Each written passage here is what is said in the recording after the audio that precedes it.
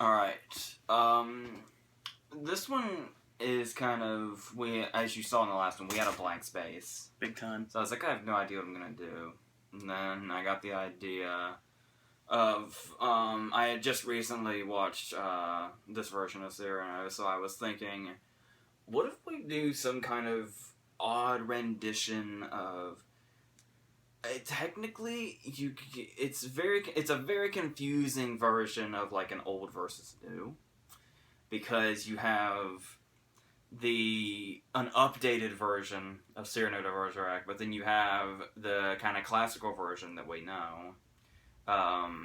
That's kind of like the original story that obviously Steve Martin adapted into a modern romantic comedy. But it's also kind of interesting to call it old versus new because Roxanne is 3 years older than this version of Cyrano. Because I think Roxanne is 87 and this Cyrano is 1990. So it's old versus new in one way, but not necessarily another, if that makes any sense.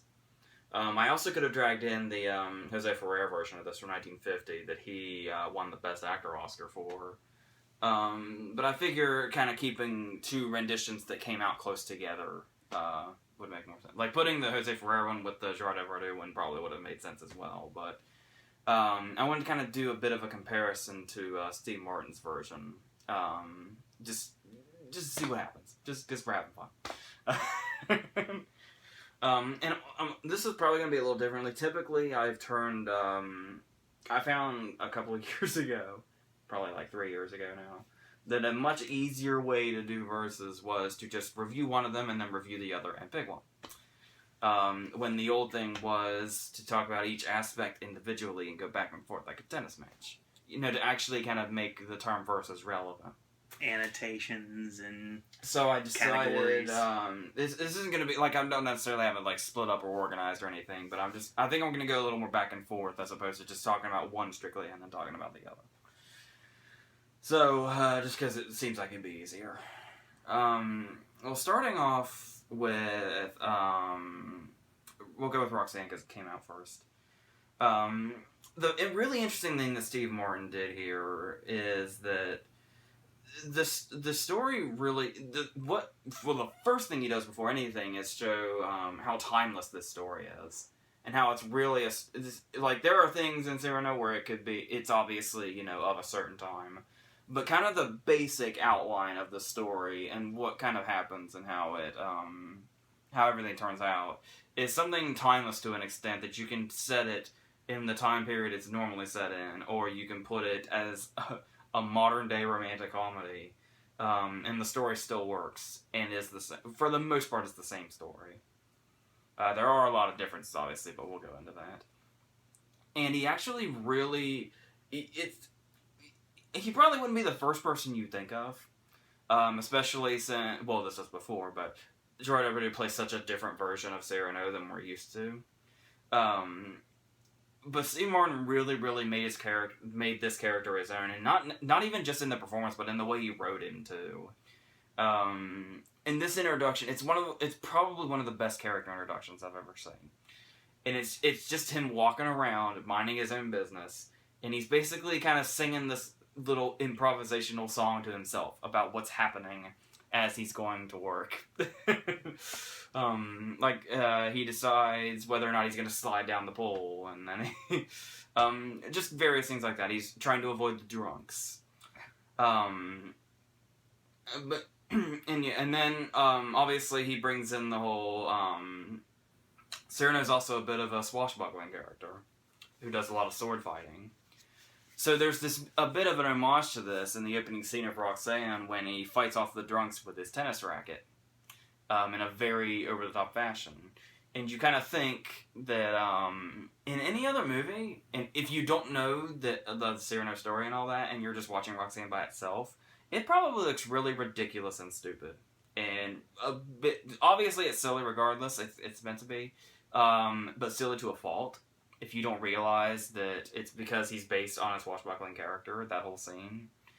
But then even then, there are just these comedic things in there that don't even have anything to do with anything. They're just in the movie just to be these little comedic moments, and they just work even though they have absolutely no context. One of my favorite scenes is towards the beginning when he's just walking around and he sees the newspaper stand and he puts a quarter in and he takes the newspaper out and he's walking away and he reads the front page and he screams in horror, runs, puts in another quarter just to open the stand and put the paper back in and run away. It's like, that has no influence on anything for the rest of the movie, but it's just this funny little moment thrown in there. And some of these, and it almost plays like a parody, almost like a Zucker Abrams movie, with these really over the top silly things that are just thrown in there, like when the opening scene where Roxanne locks herself out of her house, and he's gonna come over, and he says, "Let me get my toolbox," and he grabs his toolbox and he walks to the house, and then he goes up to the front door and he opens the toolbox, and inside the toolbox it's entirely empty except for a credit card.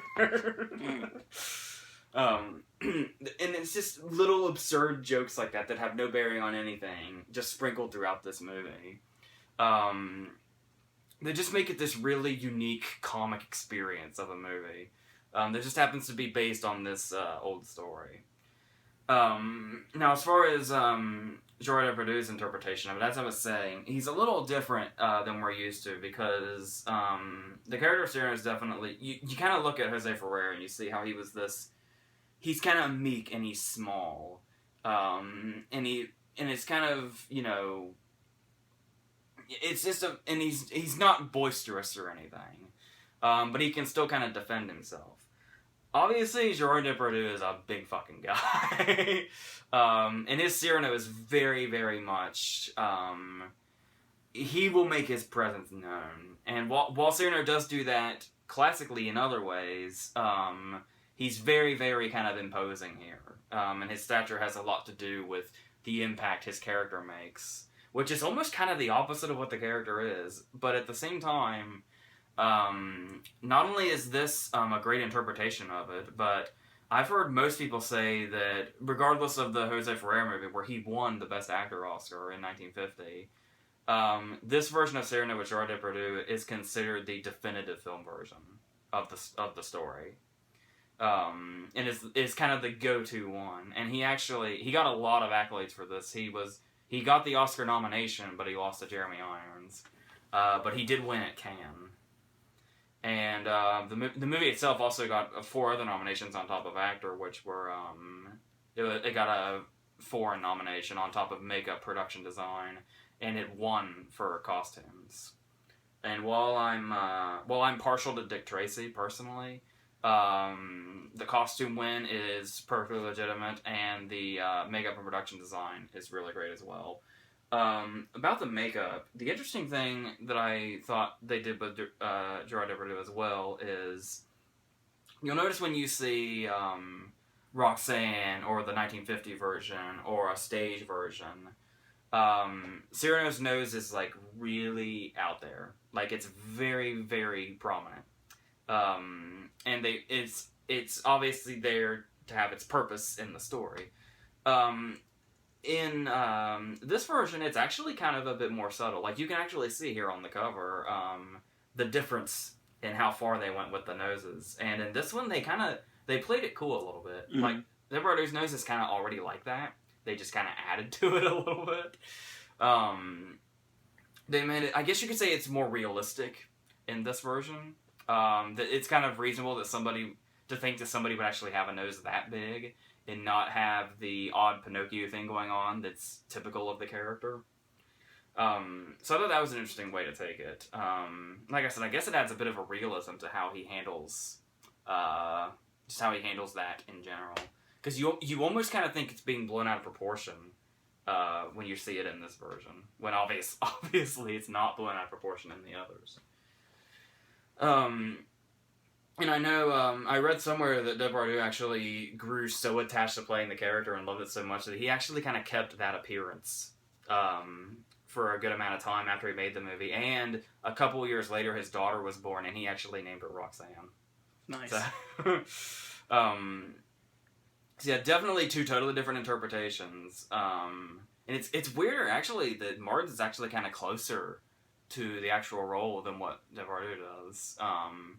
But both of them work just as well, and even though there are also so many differences to them, you can also tell they're the same character for the most part. There's some things that Roxanne eliminates for the sake of its story. Like there's a villain of sorts in the story of Cyrano that they more or less take out entirely, if I remember correctly.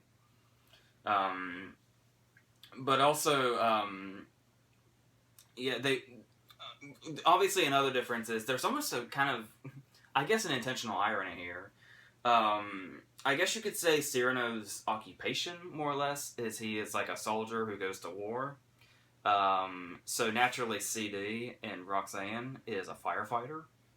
It's like how he kind of took the opposite route, which is good. And that obviously brings us to some memorable supporting characters. The supporting characters in Roxanne are faces you might know, like Shelley Duvall and Michael J. Pollard is there. Damon Wayans has a small part before anybody really knew who he was. And one of my personal favorite side characters is Fred Willard as the mayor. I really like him in this movie a lot. And yeah, they're just kind of there to kind of do their thing, and they just kind of add a bit of a comedic background to scenes as they're happening. Whether the scene in question is supposed to be funny or not, if they're in the background of it, there'll be something happening at all times in one form or another. And then there's also they obviously take the approach of making the character that she falls for, Chris, into this kind of like oafish guy, like almost like a jock type, only without the various jock aspects. And Christian in Cyrano is Vincent Perez, who you probably know as that guy that played the Crow once. That's most likely where you know Vincent Perez from the Crow City of Angels. That's really all I know him from, apart from this. And he is obviously there are much different approaches taken to this character in both stories. But obviously in Roxanne, most of the characters, if not all of them in one way or another, are comedic characters.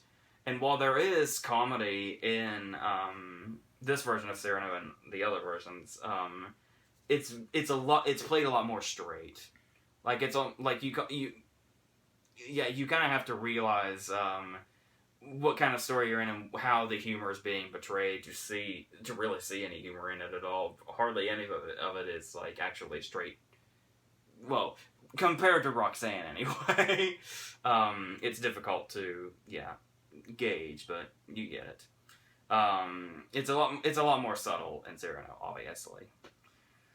And obviously there are some scenes that are exactly the same.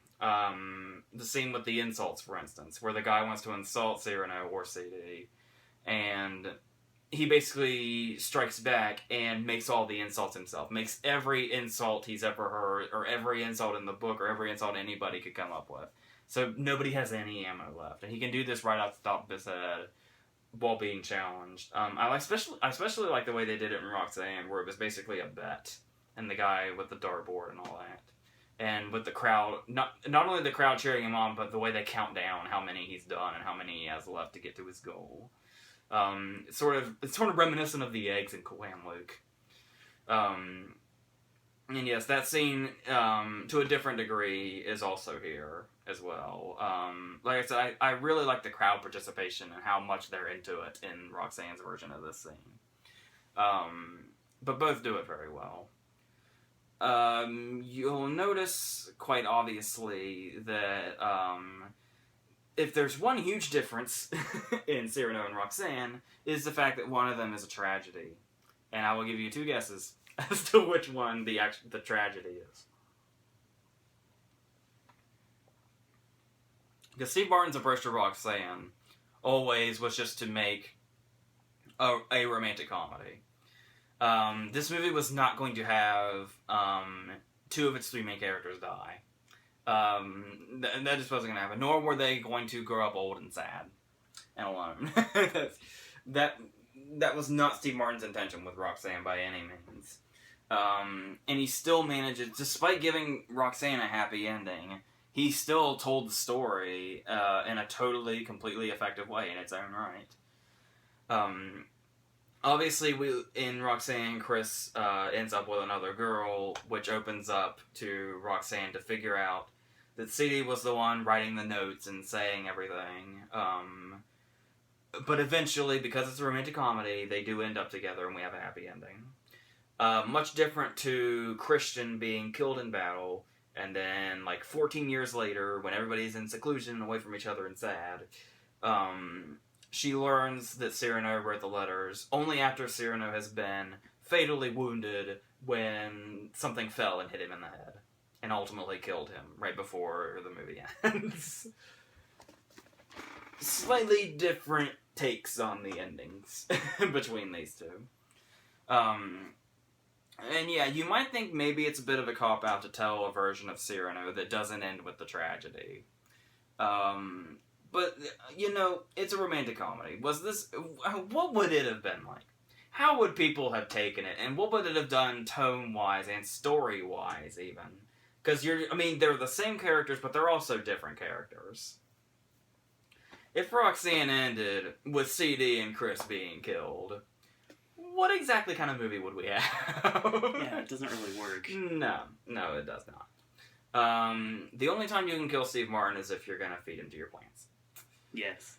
And I say different characters. Another thing is the way Roxanne is portrayed is obviously totally different.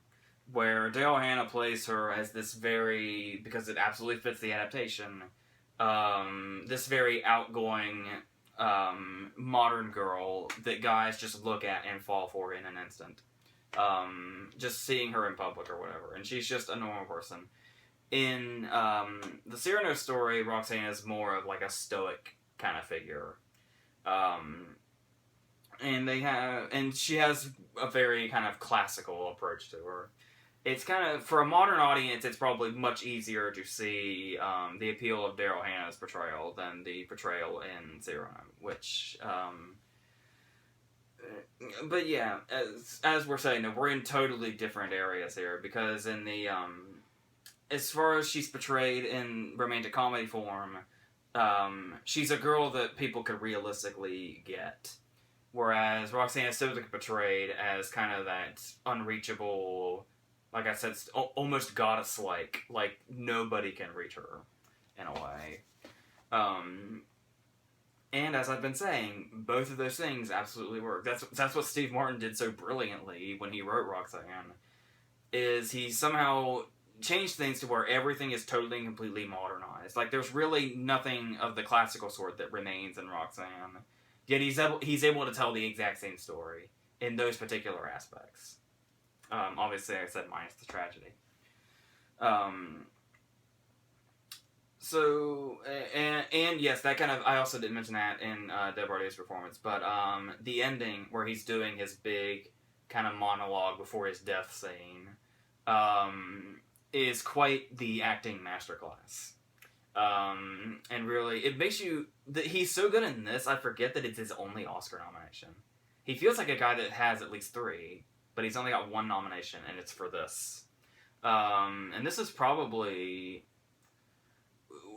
would this be his, would this be his most famous performance? I'm not sure about, France and all that, but I would say here, there's My Father the Hero and stuff. That's the one that most people that I know him for. 1900 comes to mind for me as well.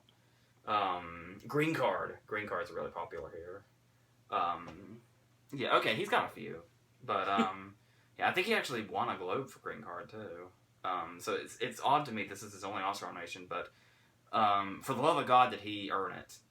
I may even have chosen him over Jeremy Irons if I could have. Nothing against Jeremy Irons and Reversal of Fortune, who is great also.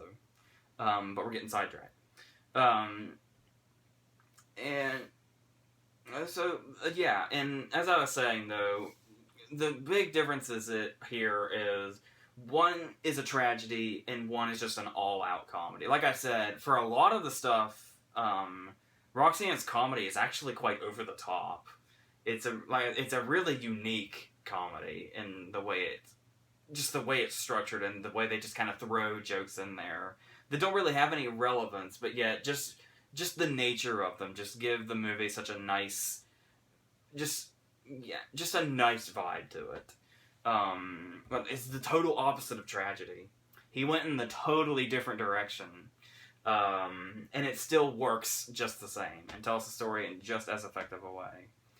The stuff like they obviously it's a romantic comedy. They have to fight at some point, and he throws in the earn more sessions by sleeving line, right? Right, no bearing on anything whatsoever. But it's one of the more memorable lines of the entire movie. The whole fight with you get out. He's like, I'm already out. You get in. Get.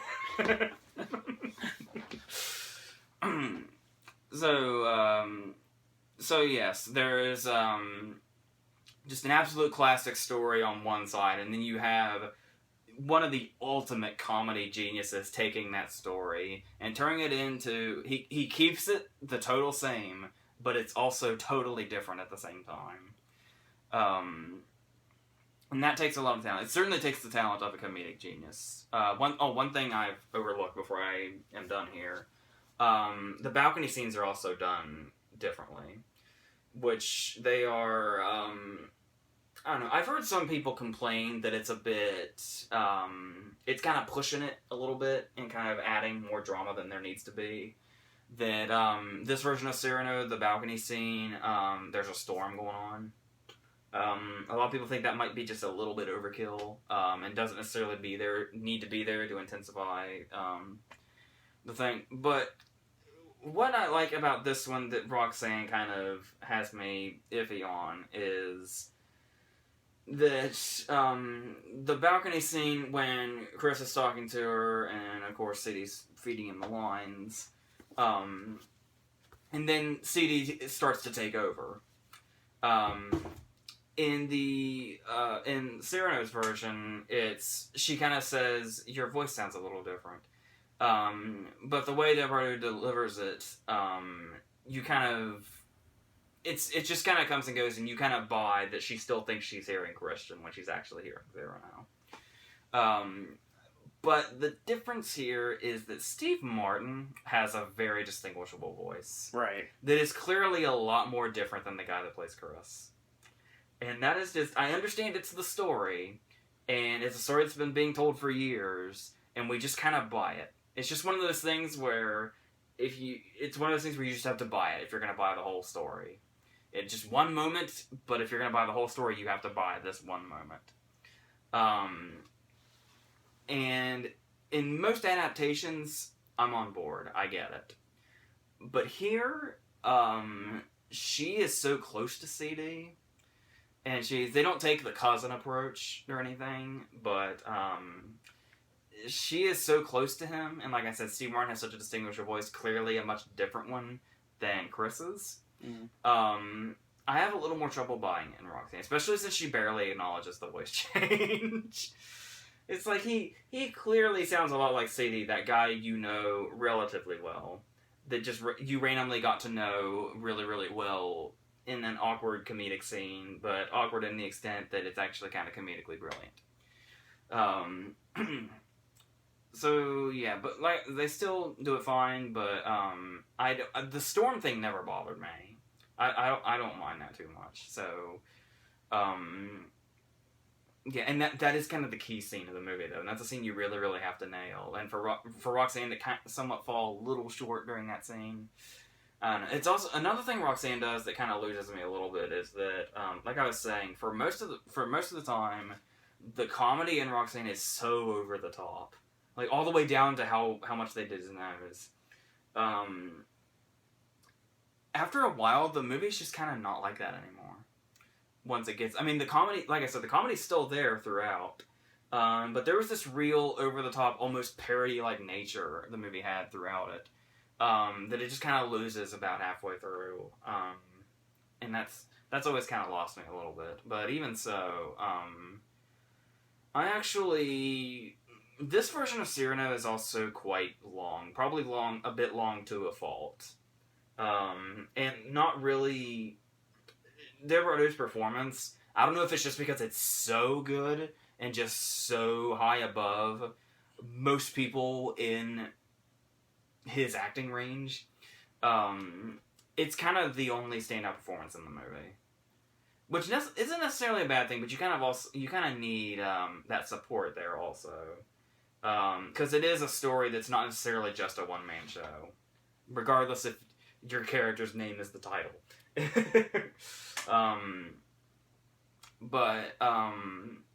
Yeah. Whereas I'm just kind of more... Yeah, I know it's easy to take the really lighthearted comedy over the ultimate tragedy.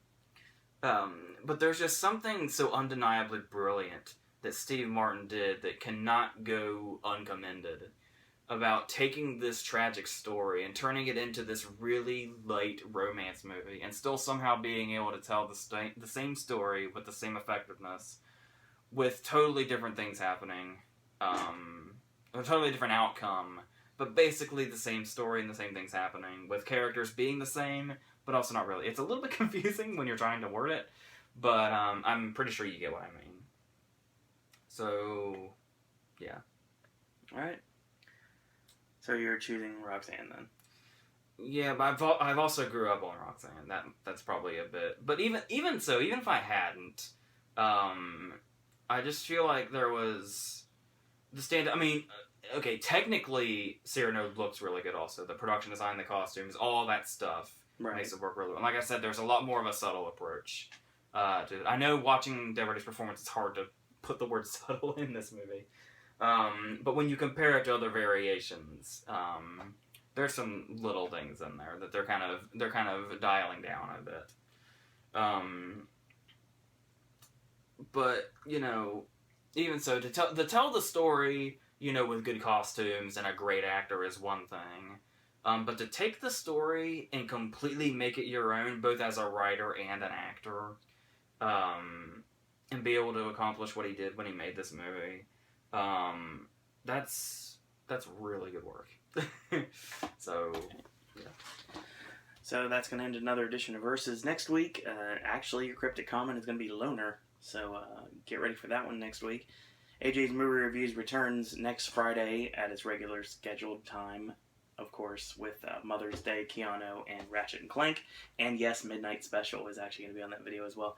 And Gaming with Ash is tomorrow, Wrestling Podcasts on Monday and Wednesday, Sip and Snack on Thursday, and we do it all over again next weekend. So, Horror Nights Snooze, I think is coming before too long, and if it does, we'll be doing a video on that too. So that being said, I want to thank you guys and girls out there for watching. AJ, any parting words? That's it.